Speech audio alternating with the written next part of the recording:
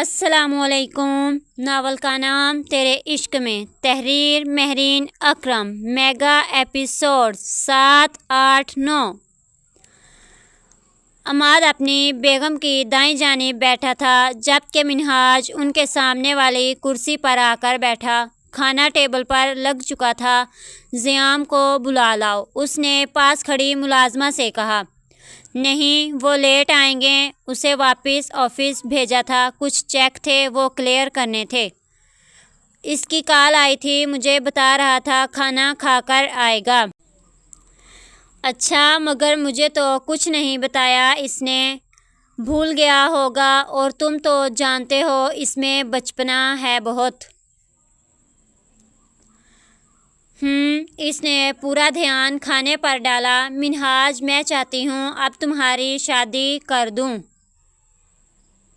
انہوں نے کھانا کھاتے ہوئے بات کا آغاز کیا۔ منہاج کو یکدم بریک لگی، اسے اسی وقت ایسی کوئی امید نہیں ہے۔ مما، آپ کو اچانک کیا ہو گیا؟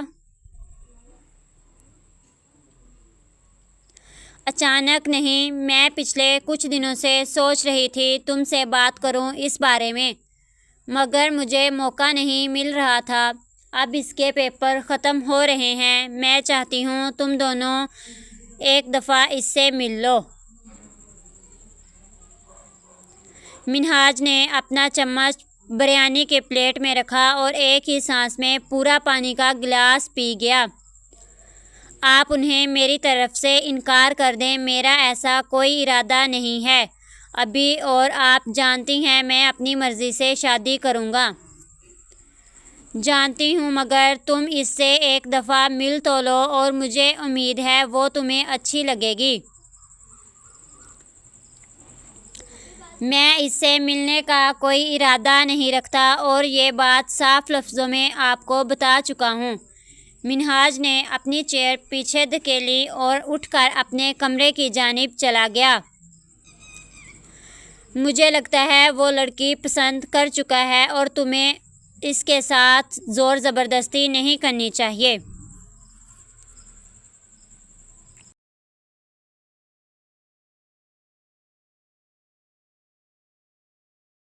عماد، آپ تو رہنے ہی دیں۔ آپ کیا چاہتے ہیں میں کسی بھی راہ چلتی لڑکی کو اپنی بہو بنا لوں؟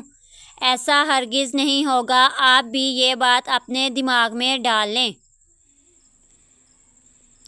عماد نے گہری سانس لی۔ بیوی پاگل ملی تھی، آگے بیٹا پاگلوں کا سردار پیدا ہوا ہے۔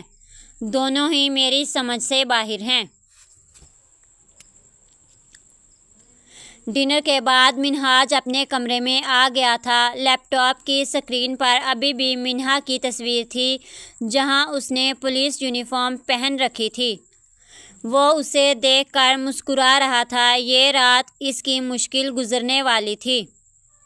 زیام اس وقت گاڑی ڈرائیو کر رہا تھا، اس کا رخ سکندر ہاؤس کی جانب تھا۔ گاڑی کی سپیڈ کافی تیز تھی، اور راستے میں 2 سے 3 مرتبہ اس کا ایکسیڈنٹ ہوتے ہوتے بچا تھا۔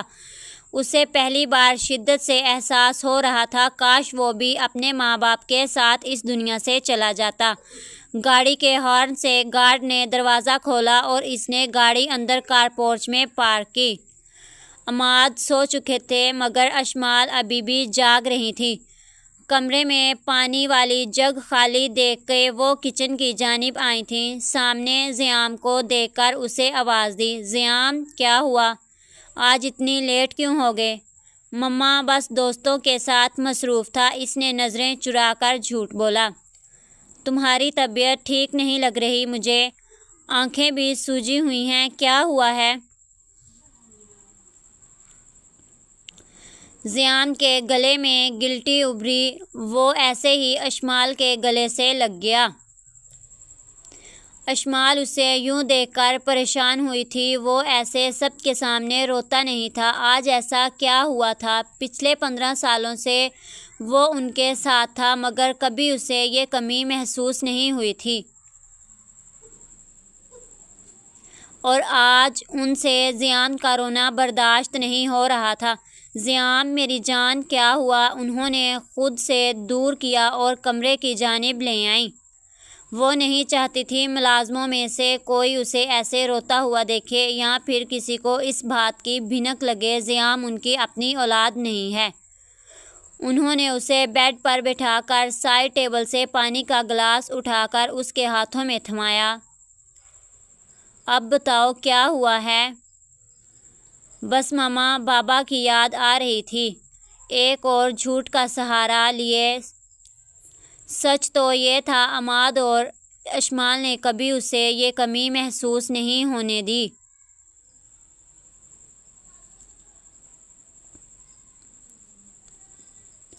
وہ حیران ہوئی تھی۔ 15 سالوں میں پہلی دفعہ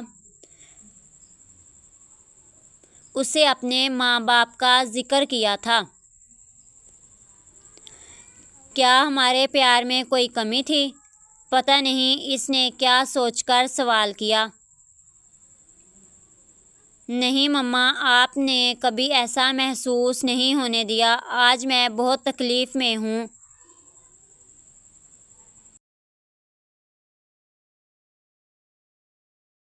میں سونا چاہتا ہوں۔ وہ ایسے ہی بیڈ پر آنکھیں بند کیے لیٹ گیا۔ اشمال اس کے سرہانے بیٹھ کر اس کا سر دبانے لگی۔ کچھ ہی دیر میں وہ نیند کی وادیوں میں گم ہو گیا، مگر وہ ابھی بھی اس کے سرہانے بیٹھی تھی۔ تم جانتے ہو مجھے منہاج سے زیادہ تم عزیز ہو۔ اگر اس رات تم منہاج کی جان نہ بچاتے، وہ ہمارے ساتھ نہ ہوتا۔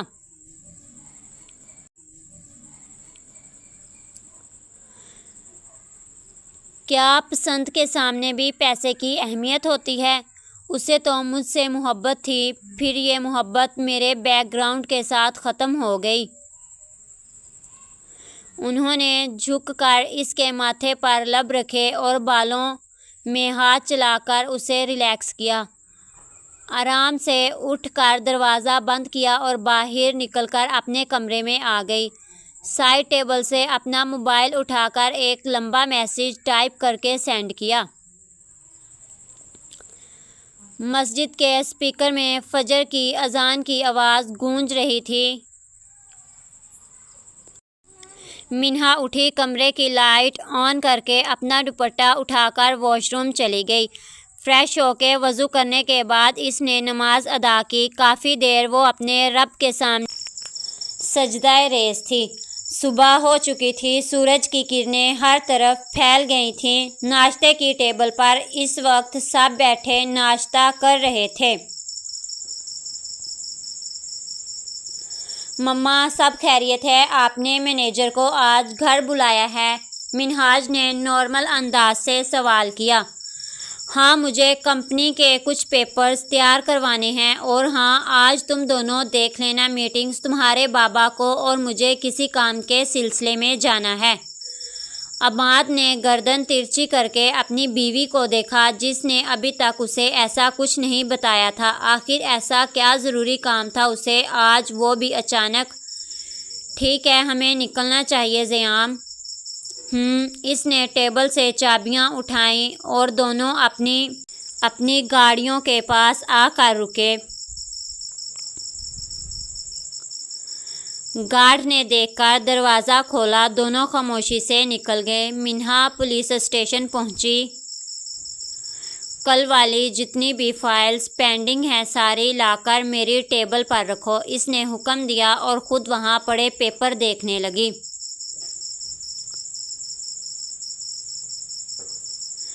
مجھے ایس پی سے ملنا ہے۔ وہاں ایک لڑکی تھی جو ایس پی صاحبہ سے ملنا چاہتی تھی۔ اسے دیکھ کر لگتا تھا وہ کسی یونیورسٹی یا پھر کالج سے بھاگ کر آئی ہے۔ آپ ان سے نہیں مل سکتی؟ انہوں نے اسے واپس بھیجنا چاہا۔ میں ان سے ملے بغیر نہیں جاؤں گی، وہ ضد کرتی دھکے سے اندر گھسنے لگی۔ کانسٹیبل نے اسے بازو سے پکڑ کر باہر نکالنے کی ایک ناکام سی کوشش کی۔ میم، وہ زور سے چلائی۔ لڑکی کے چلانے کی آواز اور منہا اپنے آفس سے باہر نکلی۔ سامنے اپنے سٹاف کا طریقہ دیکھ کر اسے شدید غصہ آ رہا تھا۔ چھوڑو اس لڑکی کو، وہ غصے سے بھڑکی اور اسے اپنی جانب آنے کا اشارہ کیا۔ میں آپ سے پچھلے 3 دن سے ملنا چاہتی ہوں، مگر یہ مجھے روز ایسے ہی دھکے دے کر نکال دیتے ہیں، نہ ہی میری درخواست قبول کرتے ہیں۔ اس نے کانسٹیبل کی جانب اشارہ کیا۔ میم، یہ لڑکی جھوٹ بول رہی ہے، ایسا کچھ نہیں ہے۔ یہ بلا وجہ کسی پر بلیم کر رہی ہے اور ایسی لڑکیاں پیسے کے لیے یہ سب کرتی ہیں۔ منہا نے ایک زوردار تھپڑ اس کی گال کی زینت بنایا۔ آئندہ اگر کسی لڑکی کے بارے میں ایسی بکواس کی، وہ تمہارا آخری دن ہوگا۔ اور میں لڑکیوں کی عزت کے معاملے میں کمپرومائز نہیں کرتی۔ بتاؤ کیوں ملنا چاہتی تھی تم؟ میم، ہماری یونیورسٹی میں لڑکوں کا ایک گروپ ہے جو لڑکیوں کو تنگ کرتا ہے، ان کے ساتھ بدتمیزی کرتا ہے۔ ہم نے یونیورسٹی کے پرنسپل سے بھی کمپلین کی ہے، مگر وہ خاموش ہیں۔ ان کا کہنا ہے یہ لڑکا یہاں کے امیر باپ کی اولاد ہے۔ میں آپ کے پاس بہت امید لے کر آئی ہوں اور مجھے امید ہے آپ ہماری مدد ضرور کریں گی۔ اس نے بہت امید سے منہا کو دیکھا۔ منہا نے اس کی بات سنتے ہی غصے سے مٹھیاں بھینچی اور پلٹ کر کانسٹیبل کی جانب دیکھا جو نظریں جھکا کر کھڑا تھا۔ کیا تم اس کی رپورٹ لکھوانا چاہتی ہو؟ منہا نے گہری سانس لی اور اس سے اس کی رائے جانی۔ میں اس کی رپورٹ درج کروانا چاہتی ہوں، مگر اب تک جس نے بھی اس کے خلاف قدم اٹھایا ہے اس کی جان چلی جاتی ہے۔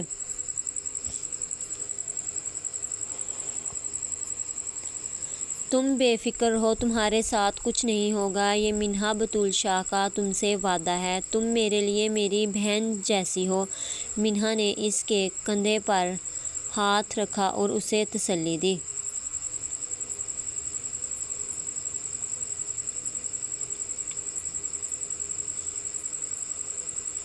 تمہارے ساتھ جو ہوا ہے وہ سب تم بتاؤ اور تم۔ اب کی بار اس نے کانسٹیبل کی جانب اشارہ کیا۔ رپورٹ لکھو اور شام تک مجھے وہ لڑکا لاک اپ میں چاہیے۔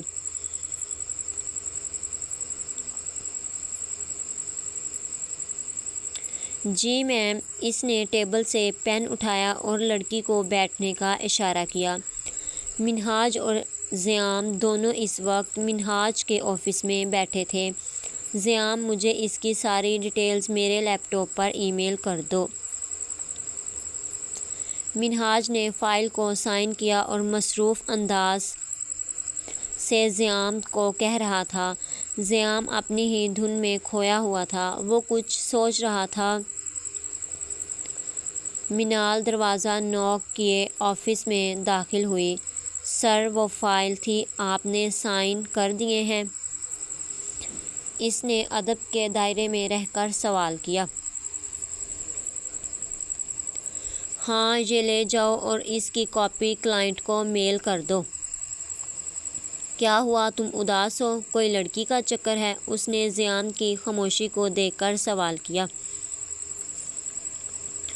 کوئی لڑکی کا چکر نہیں ہے یار، تم جانتے ہو میں ایسا نہیں ہوں۔ اس نے بات کو دوسرا رخ دینا چاہا۔ وہ جانتا تھا منہاج اتنی جلدی خاموش ہونے والا نہیں ہے۔ وہ بات کو جڑ سے نکال۔ منہاج نے فائل کو سائن کیا اور مصروف انداز سے زیام کو کہہ رہا تھا۔ زیام اپنی ہی دھن میں کھویا ہوا تھا، وہ کچھ سوچ رہا تھا۔ منال دروازہ نوک کیے آفس میں داخل ہوئی۔ سر، وہ فائل تھی، آپ نے سائن کر دیے ہیں؟ اس نے ادب کے دائرے میں رہ کر سوال کیا۔ ہاں، یہ لے جاؤ اور اس کی کاپی کلائنٹ کو میل کر دو۔ کیا ہوا، تم اداس ہو؟ کوئی لڑکی کا چکر ہے؟ اس نے زیام کی خاموشی کو دیکھ کر سوال کیا۔ کوئی لڑکی کا چکر نہیں ہے یار، تم جانتے ہو میں ایسا نہیں ہوں۔ اس نے بات کو دوسرا رخ دینا چاہا۔ وہ جانتا تھا منہاج اتنی جلدی خاموش ہونے والا نہیں ہے۔ وہ بات کو جڑ سے نکال لیتا ہے۔ بھائی بھائی کا رشتہ ہی ایسا ہوتا ہے۔ خیر، تمہارے لیے ایک اچھی خبر ہے۔ کیا اس لڑکی کا پتہ چل چکا ہے؟ ایس پی کا۔ کون ہے وہ؟ منہا بطول نام ہے۔ بطول اس کی والدہ تھی جو اس کے بچپن میں انتقال کر گئی تھی۔ اس کے بعد وہ اپنی چاچی کے پاس رہی تھی۔ 1 سال پہلے اسے ایک لڑکے نے اس کی خوبصورتی کی وجہ سے پسند کیا جو اسے حاصل بھی کرنا چاہتا تھا۔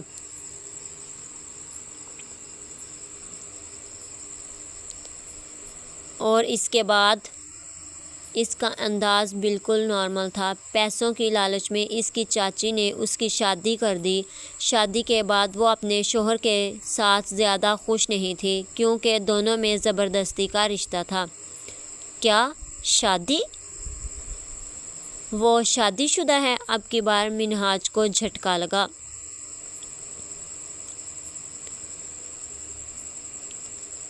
ہاں، شادی کو ابھی 2 ماہ گزرے تھے۔ اس نے پولیس میں اپلائی کیا ہوا تھا اور جیسے ہی اسے پتہ چلا اس کی سلیکشن ہو گئی ہے وہ گھر سے بھاگ گئی۔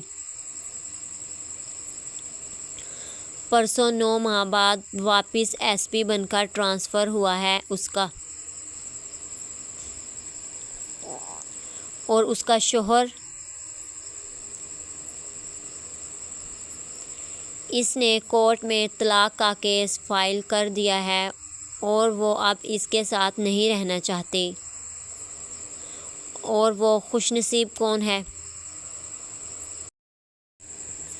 ابھی اس کا پتہ نہیں ملا مگر سنا ہے کل اس نے کورٹ جانا ہے۔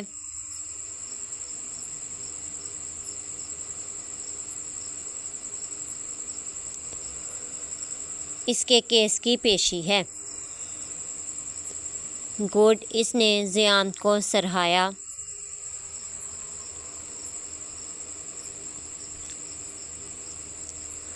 تو ایس پی منہا پہلے سے شادی شدہ تھی۔ اللہ پاک بھی زندگی میں کیا لکھ دیتے ہیں، اگر خوبصورتی دی تو نصیب اچھا نہیں ملتا۔ کہتے ہیں نہ ہر کسی کو ہر چیز مل جائے گی تو اللہ پاک کو کون یاد کرے گا۔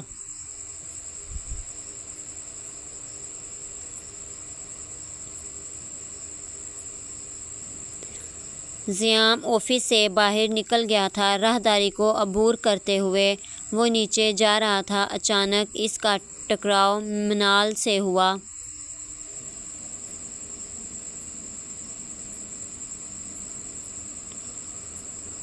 آپ کو نظر نہیں آتا کیا؟ منال نے گھور کر دیکھا۔ زیام کو اس کے لہجے میں بہت فرق نظر آ رہا تھا۔ اس نے اسے کچھ نہیں کہا، بس اسے ہی دیکھ رہا تھا۔ کوئی اتنا پتھر دل کیسے ہو سکتا ہے؟ منہاج جو ابھی فون پر کسی سے بات کر رہا تھا، منال کا یہ انداز دیکھ کر اسے شدید غصہ آیا۔ یہ کیا طریقہ ہے بات کرنے کا؟ یہ اس کمپنی کے مینیجر ہیں۔ سوری سر، مجھ سے نہیں، زیام سے کرو، اور آئندہ اگر تم نے اس طرح کا لہجہ استعمال کیا تو وہ تمہارا آخری دن ہوگا یہاں۔ منہاج نے اسے وارننگ دی۔ اس سے پہلے وہ معذرت کرتی، زیام وہاں سے نکل کر اپنے آفس کی جانب چلا گیا۔ منہاج کو اب پریشانی ہو رہی تھی۔ اس نے اپنی ٹائی ڈھیلی کی اور اوپر کے 2 بٹن کھول کر گہرے سانس لینے لگا۔ میں نے بہت قیمتی چیزوں کو کھویا ہے، میں آپ سے شکوہ نہیں کر رہا، جانتا ہوں آپ جو بھی کرتے ہیں اس میں بہتری ہوتی ہے۔ کیا بہتری ٹوٹنے کے بعد ہی ہوتی ہے؟ میں پل پل مر رہا ہوں، میں اسے کیسے بتاؤں؟ میں پیسوں سے اسے ہر چیز خرید کر دے سکتا ہوں، اسے کیوں لگتا ہے میں ایک غریب ہوں؟ کیا غریب انسان نہیں ہوتے؟ میں نے منال میں اسے دیکھا تھا مگر وہ ویسی نہیں ہے۔ آفس میں اس کی دبی دینی سسکیاں گونج رہی تھیں، گہری لمبی سانسوں کی آواز، جیسے اسے سانس لینے میں دقت ہو رہی ہے۔ منہاج اس کے پیچھے اسے دیکھنے آیا تھا مگر آگے اپنے بھائی کی یہ حالت دیکھ کر اس کا دل زنجیروں میں جکڑا تھا۔ وہ اس کے پاس نہیں جا سکتا تھا، بس خاموشی سے وہیں کھڑا اسے دیکھ رہا تھا۔ گلاس وال سے اسے اپنے بھائی کا تڑپتا وجود نظر آ رہا تھا۔ منہاج کو صبح اپنی ماں کی بات یاد آنے لگی تھی۔ وہ کمپنی کے پیپر تیار کروا رہی تھی، مطلب وہ زیام کو اس کا عہدہ دینا چاہتی ہیں۔ اسے یہ جان کر خوشی ہو رہی تھی اس کی ماں نے اتنا بڑا فیصلہ کیا ہے۔ اس سے پہلے وہ اس لڑکی کا پتہ کروانا چاہتا تھا جس سے اس کے بھائی عشق کر بیٹھے تھے۔ جہاں تک وہ جانتا تھا زیان کو لڑکیاں پسند نہیں تھیں، وہ ایک ہی چہرے کا منتظر تھا۔